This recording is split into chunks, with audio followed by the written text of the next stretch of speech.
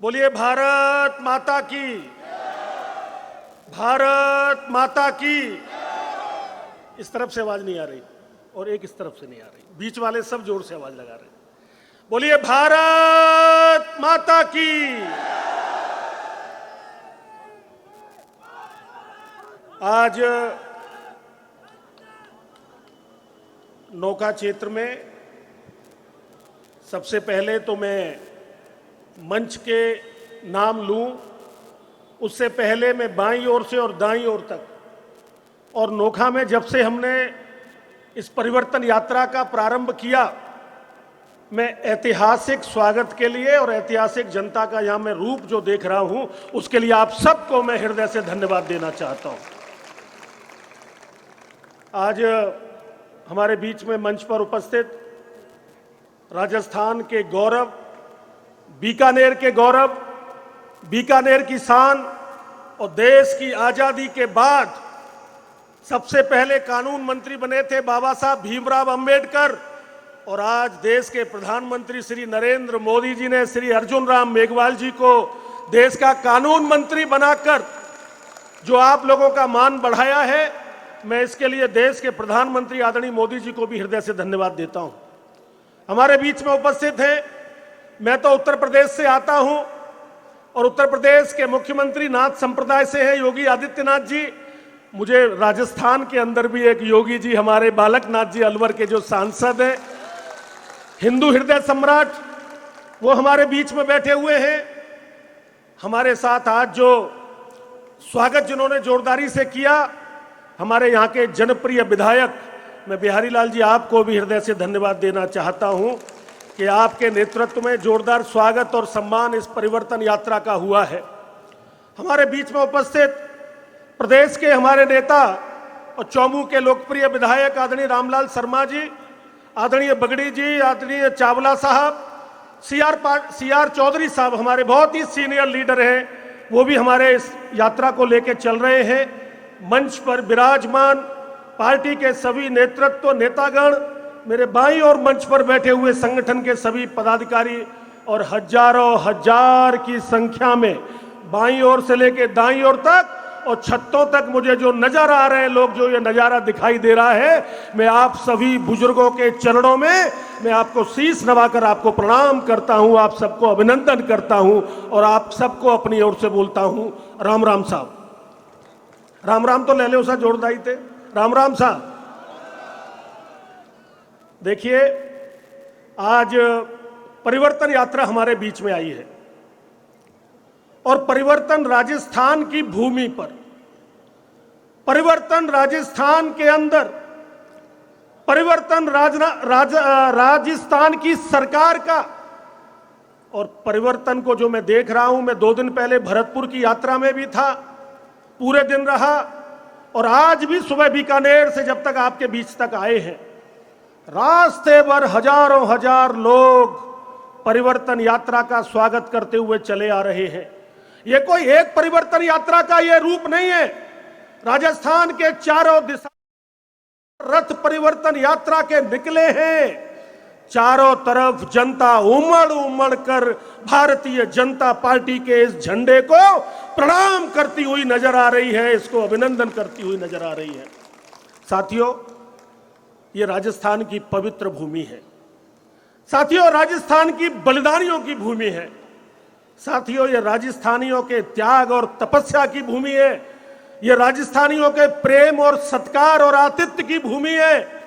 और राजस्थान की अगर बदनामी हो तो क्या आप चाहोगे कि राजस्थान की बदनामी हो? मैं आपसे पूछने आया हूं। लेकिन बुरा मत मानना मेरे भाई और बहनों, आज राजस्थान की बदनामी हो रही है। आज राजस्थान की बदनामी पूरे देश में हो रही है, नहीं होनी चाहिए। यह राजस्थान कभी बदनामी के लिए मशहूर नहीं हुआ है। यह राजस्थान तो अपनी आन बान शान कर देश के लिए प्राणों के न्यौछावर करने के लिए जाना जाता है। यह राजस्थान तो महाराणा प्रताप के लिए जाना जाता है। यह राजस्थान तो पृथ्वीराज चौहान के लिए जाना जाता है। यह राजस्थान तो पन्याधाय के बलिदान के लिए जाना जाता है। लेकिन इस राजस्थान के अंदर जिस प्रकार से देखने को मिल रहा है, आज महिलाओं की इज्जत और आबरू के साथ खिलवाड़ हो रही है। आज पूरे देश के अंदर राजस्थान की बदनामी होती है और राजस्थान की महिलाओं पर आंच उठती है, उनके आंचल तक हाथ जाते हैं और राजस्थान की महिलाओं की बदनामी के कारण आज उनको बदनाम करने की नीयत जिस प्रकार से आताताई अन्याय उन्होंने की है, राजस्थान को उन्होंने बहुत पीछे कर दिया है। इसके लिए साथियों कोई जिम्मेदार है तो कांग्रेस पार्टी जिम्मेदार है। कोई जिम्मेदार है तो मैं आपसे पूछना चाहता हूं, कोई जिम्मेदार है तो कांग्रेस पार्टी जिम्मेदार है। आज नौजवानों की हालत देखिए, पता नहीं 16 बार या 19 बार जब जब परीक्षा देने की तैयारी करने के लिए नौजवान जाता है तब तक देखने को मिलता है वो पर्चा करने के लिए जाता है। सवेरे खबर मिलती है, पिताजी कहते हैं छोरा पर्चा देने मत जा, पर्चा लीक हो गया, तेरा पेपर कैंसिल हो गया। ये मेरे राजस्थान का नौजवान सपने देखता है, राजस्थान का नौजवान आगे बढ़ना चाहता है, लेकिन राजस्थान की कांग्रेस पार्टी की सरकार जो भ्रष्टाचार में अकंठ रूप से डूबी हुई है, वो राजस्थान के नौजवानों को आगे नहीं बढ़ने दे रही है। राजस्थान के अंदर जब ये घटना देखने को मिलती है, साथियों पिछले दिनों में मेरा बड़ा मन खराब हुआ, क्योंकि मैं राजस्थान का जो और उत्तर प्रदेश का जहां मिलन होता है, मैं कभी बॉर्डर नहीं कहता उसे, जहां राजस्थान का और उत्तर प्रदेश का मिलन होता है, भरतपुर जिला और आगरा जिला, फतेहपुर सीकरी लोकसभा क्षेत्र और भरतपुर, ये आपस में जुड़ाव करता है। मैं फतेहपुर सीकरी से जनता ने सांसद बना के चुना हूं और आज इस बात के लिए मैं मेघवाल साहब को भी धन्यवाद देता हूं और पार्टी के नेताओं को भी मैं धन्यवाद देता हूं। एक छोटे से किसान के घर में जन्म लिया, लेकिन ये भारतीय जनता पार्टी थी कि एक किसान के बेटे को आज भारतीय जनता पार्टी किसान मोर्चे के राष्ट्रीय अध्यक्ष के रूप में मुझे बनाकर भेजा। ये भारतीय जनता पार्टी में हो सकता है। साथियों, राजस्थान की एक घटना ने बड़ा मेरे मन में विचलन पैदा किया। जब पता चला भारत माता की जय बोलने वाला, हिंदुत्व की बात करने वाला, आताताइयों को जवाब देने वाला, जब कन्हैया लाल उदयपुर के अंदर उस कन्हैया लाल की साथियों हत्या कर दी गई और तुष्टीकरण में डूबी हुई है गहलोत की कांग्रेस की सरकार ने कन्हैया लाल के हत्यारों को गिरफ्तार करने का काम नहीं किया। करौली के अंदर हिंदुओं के घर खुलेआम जला दिए गए। कांग्रेस की गहलोत की सरकार ने आताताइयों का समर्थन किया, वहां पर अपराधियों को पकड़ने का काम नहीं किया। साथियों, मैं एक बात आपसे पूछना चाहता हूं, अगर यही घटना कहीं उत्तर प्रदेश के अंदर हो गई होती तो उत्तर प्रदेश के अंदर योगी आदित्यनाथ का बुलडोजर आताताइयों के घरों पर चल गया होता। यह राजस्थान की स्थिति देखने को नहीं जाती है। आज राजस्थान की स्थितियों को देखकर उत्तर प्रदेश के लोग हों, चाहे मध्य प्रदेश के लोग हों, चाहे उत्तराखंड के लोग हों, चाहे दक्षिण भारत के लोग हों, सबके मन में एक खराबी पैदा होती है कि आज राजस्थान हमारा कहां जा रहा है। साथियों, इसकी अगर कोई बदनामी का कारण है तो एक ही कारण है और वो कारण है कांग्रेस पार्टी। बदनामी का कोई कारण है तो एक ही कारण है, वो कारण है राजस्थान के मुख्यमंत्री गहलोत। और बदनामी का कोई कारण है तो सबसे बड़ा कारण है कि जो परिवारवाद की जो व्यवस्था चला रखी है कांग्रेस पार्टी ने। कांग्रेस पार्टी को आप खुद देखिए, कांग्रेस पार्टी के बैनर को आप देखोगे तो आपको ये इस तरह के चित्र वहां नजर नहीं आएंगे। कांग्रेस पार्टी के बैनर को देखोगे तो आपको नजर आएगा, एक तरफ मम्मी जी बैठी हैं सोनिया गांधी जी, एक तरफ बेटा जी बैठे हैं राहुल गांधी जी, बीच में उनकी बिटिया जी बैठी हैं प्रियंका गांधी जी, और अभी एक पोस्टर की कमी रह गई है, कभी वो भी लग जाएगा, उनका नाम है रॉबर्ट वाड्रा। दामाद जी का भी फोटो किसी दिन लग जाएगा। ये परिवारवादी पार्टी है, ये वंशवादी पार्टी है। पूरे देश के अंदर आप उठा के देख लीजिए, कोई भी पार्टी का नाम ले लीजिए, भारतीय जनता पार्टी के अलावा सारी पार्टियां आपको नजर आएंगी केवल परिवारवाद पर चलने वाली पार्टियां, केवल वंशवाद पर चलने वाली पार्टियां। और भाइयों, याद रखिए, जो पार्टियां परिवारवादी होती हैं, जो पार्टियां वंशवादी होती हैं, वो अपने वंश को बढ़ाने की चिंता करती हैं। और भारतीय जनता पार्टी के नेता श्री नरेंद्र मोदी जी 140 करोड़ देशवासियों के परिवार की चिंता करने का काम करते हैं। आज पूरी दुनिया के अंदर भारत का डंका बज रहा है। आज पूरी दुनिया में नरेंद्र मोदी जी के प्रधानमंत्री काल में आज भारत निरंतर निरंतर निरंतर आगे बढ़ता जा रहा है। एक तरफ गहलोत राजस्थान की बदनामी करा रहे हैं, लेकिन दूसरी तरफ देश के प्रधानमंत्री श्री नरेंद्र मोदी जी आज देश का नाम पूरी दुनिया में रोशन कर रहे हैं।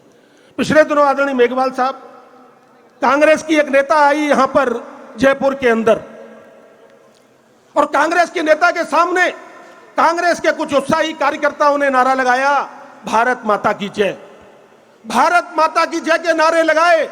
और कांग्रेस पार्टी के वो नेता कहती है, भारत माता की जय मंच पर मत लगाइए। उसने कहा कि भारत माता के जयकारे मत लगाइए, अगर भारत माता के जयकारे लगाओगे तो ये अनुशासनहीनता मानी जाएगी। ये कांग्रेस का चरित्र है। और दूसरी तरफ खबर आती है, दक्षिण भारत के अंदर एक मुख्यमंत्री है वहां के स्टालिन, उनका बेटा उदयनिधि, वो बयान देता है, मुझे कहते हुए भी अच्छा नहीं लगता, मुझे कहते हुए भी अच्छा नहीं लगता, आपको सुनते हुए भी अच्छा नहीं लगता। उदयनिधि कहता है सनातन धर्म के बारे में, वो कहता है कि सनातन धर्म मलेरिया है, ये मलेरिया का मच्छर है। वो कहता है कि सनातन धर्म डेंगू है। वो सनातन धर्म की तुलना मच्छर से और डेंगू के मच्छर से करता है। साथियों, ये चरित्र है कांग्रेस पार्टी का। इंडिया गठबंधन जो उन्होंने बनाया है उसमें वो जो वहां के स्टालिन के बेटे हैं वो भी हैं, वहां का राजा वो बयान देता है, उस बात को मैं मंच से बोल भी नहीं सकता। सनातन धर्म के बारे में इस प्रकार के बयानबाजी कांग्रेस के गठबंधन के लोग करते हैं। मैं चुनौती देता हूं इस मंच के माध्यम से उदयनिधि को, मैं चुनौती देता हूं इस मंच के माध्यम से राहुल गांधी को, मैं चुनौती देता हूं खड़गे को, मैं चुनौती देता हूं सोनिया गांधी को, मैं चुनौती देता हूं गहलोत को। अरे सनातन धर्म को क्या तुम चुनौती दोगे? रावण आया था वो भी चला गया, कंस आया था वो भी चला गया था, वो भी खदेड़ दिया, औरंगजेब आया था वो भी भाग गया। सनातन धर्म को चुनौती देने वालों, तुम्हारा सर्वनाश हो जाएगा। तुम सनातन धर्म को चुनौती नहीं दे सकते। हमारे रणबांकुरे, राजस्थान के मेरे बांकुरे तैयार खड़े हैं और उसका बदला तुमसे लेंगे। आने वाले चुनाव में तुमसे बदला लेंगे। भारतीय जनता पार्टी की प्रचंड बहुमत की सरकार राजस्थान के अंदर बनेगी और तुम्हारा बोरिया बिस्तर गुल हो जाएगा। साथियों, मैं एक बात और आपसे कहना चाहता हूं। आज किसानों की भी कोई चिंता करने की बात करता है तो देश के प्रधानमंत्री श्री नरेंद्र मोदी जी करते हैं। आपको याद होगा जब किसानों के लिए सबसे पहले किसान क्रेडिट कार्ड दिया तो वो देश के तत्कालीन प्रधानमंत्री श्री अटल बिहारी वाजपेयी जी ने दिया था, आपको याद होगा। उसके बाद फसल बीमा योजना देने का काम किया तो वो अटल बिहारी वाजपेयी जी ने दिया। गांव गांव के अंदर प्रधानमंत्री ग्रामीण सड़क योजना के अंतर्गत सड़कें बनाने का काम किया तो माननीय अटल बिहारी वाजपेयी जी ने किया। और उसके बाद आज फसल बीमा हो, किसान क्रेडिट कार्ड हो, ग्रामीण सड़क योजना हो, अन्य प्रकार की योजनाएं हो, नैनो यूरिया हो, किसान रेल के माध्यम से जाना हो, गोवर्धन योजना हो, कोई भी योजना अगर आज चल रही है और प्रधानमंत्री किसान सम्मान निधि देकर 6,000 रुपए सालाना मेरे किसानों के खाते में डालने का काम किया तो देश के प्रधानमंत्री श्री नरेंद्र मोदी जी ने देश की आजादी के बाद सबसे पहले करके दिखाया। लेकिन आपके यहां एक नेता आया था, आपके यहां एक शहजादा आया था, आपके यहां युवराज आया था कांग्रेस पार्टी के राजघराने का, और पिछले चुनाव में वो वादा करके गया था किसानों से और उसने वादा किया था, गिनती भी बोल के दिखाई थी, उसे गिनती आती है। उसने गिनती में बोला था 1 2 3 4 5 6 7 8 9 10, 10 दिन आएंगे जब भी कांग्रेस की सरकार बनेगी तो किसानों के कर्जे माफ कर दिए जाएंगे। ये आपको याद है ना? ये बोला था कि नहीं राहुल गांधी ने? ये बोला था कि नहीं राहुल गांधी ने? क्या किसी किसान का कर्जा माफ हुआ? क्या किसी किसान का ऋण लोन माफ हुआ? एक काम जरूर हुआ, किसानों के घर पर चस्पा लग गया, उनके खेत की नीलामी का चस्पा लग गया, उनके घर की नीलामी का। राहुल गांधी, तूने उस कौम को ललकारा है, उस कौम के साथ तूने धोखा देने का काम किया है। जो कौम मेहनती है, जो पसीने से कमाती है, वो दुनिया की सबसे बड़ी ईमानदार कौम है किसान। वो देश को अन्न पैदा करके खिलाती है और किसान का बेटा बॉर्डर पर जाकर सीने पर गोली खाने का काम करता है। तूने उनको ललकारने का काम किया है, उनको धोखा देने का काम किया है। मैं तुम्हें बता देना चाहता हूं यह मंच के माध्यम से, मेरे सामने हजारों हजार किसान भाई भी बैठे हैं और किसान भाइयों ने तय कर लिया है कि अब कांग्रेस पार्टी की, राहुल गांधी की, गहलोत की उल्टी गिनती शुरू होगी। अब 10 से शुरू होगी, 1 तक जाएगी और कांग्रेस पार्टी का नामो निशान राजस्थान के अंदर नहीं रहेगा।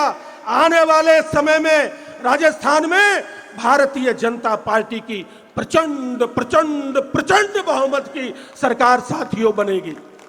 और बता दूं, जितने भी अन्यायी, जितने भी अत्याचारी, जितने भी भ्रष्टाचारी, जितनों भी घटनाएं की हैं, आप लोगों के साथ जो उत्पीड़न करने का काम किया है, आदरणीय अर्जुन राम मेघवाल जी ने बाबा बालकनाथ जी के साथ बैठकर उसकी सूची भी तैयार कर ली है। कौन कौन कांग्रेस का अधिकारी हमारे कार्यकर्ताओं का और जनता का उत्पीड़न कर रहा है। आने दीजिए सरकार, 3-4 महीने की बात और है। नामों की लिस्ट आप भी बना लीजिए। चुन चुन कर बदला लेंगे, चुन चुन कर बदला लेंगे। इन कांग्रेसियों को हम छोड़ने वाले नहीं है साथियों। मैं यही कहकर मैं आपके बीच में आया। आप लोगों ने खूब स्वागत किया, खूब सम्मान किया, मुझे साफा भी पहनाया। मैं आपको विश्वास दिलाता हूं, मैं, मेरा पार्टी का नेतृत्व और भारतीय जनता पार्टी का नेतृत्व, आपने जो पार्टी के नेताओं को साफा पहनाया है, आपके साफे की इज्जत को रखने का काम करेंगे, आपके साफे को आगे बढ़ाने का काम करेंगे। मैं इन्हीं शब्दों के साथ एक निमंत्रण आपको देना चाहता हूं। आदरणीय मेघवाल साहब, आदरणीय बिहारी लाल जी, आदरणीय बालकनाथ जी हमारे बैठे ही हैं, पार्टी के नेता बैठे हैं, जिलाध्यक्ष जी भी हैं, प्रभारी भी हैं। और मैं सीधे सीधे आपको भी बोलता हूं, अब मुझे नहीं पता कि आगरा के बारे में वो क्या बोल रहे थे, कि आगरा क्यों फेमस है, मैं उस पर जानना नहीं चाहता, लेकिन इतना जरूर कहना चाहता हूं, अब उत्तर प्रदेश की पहचान आगरा के ताजमहल से नहीं है। अब उत्तर प्रदेश की पहचान भगवान श्री राम की जन्मभूमि अयोध्या में मंदिर से अब उत्तर प्रदेश की पहचान पूरी दुनिया में होने जा रही है। मैं आपको आमंत्रित करता हूं, जनवरी में भगवान श्री राम लला की प्रतिमा का वहां पर स्थापना हो जाएगी और उसके बाद बड़े मंदिर में, भव्य मंदिर में नरेंद्र मोदी जी हमारे देश के प्रधानमंत्री उसमें सम्मिलित होंगे। और उसके बाद मेरी आप सबसे प्रार्थना है, तब तक राजस्थान का चुनाव भी हो जाएगा, अत्याचारी, अन्यायी, भ्रष्टाचारी, परिवारवादी पार्टी की सरकार भी दफा हो जाएगी।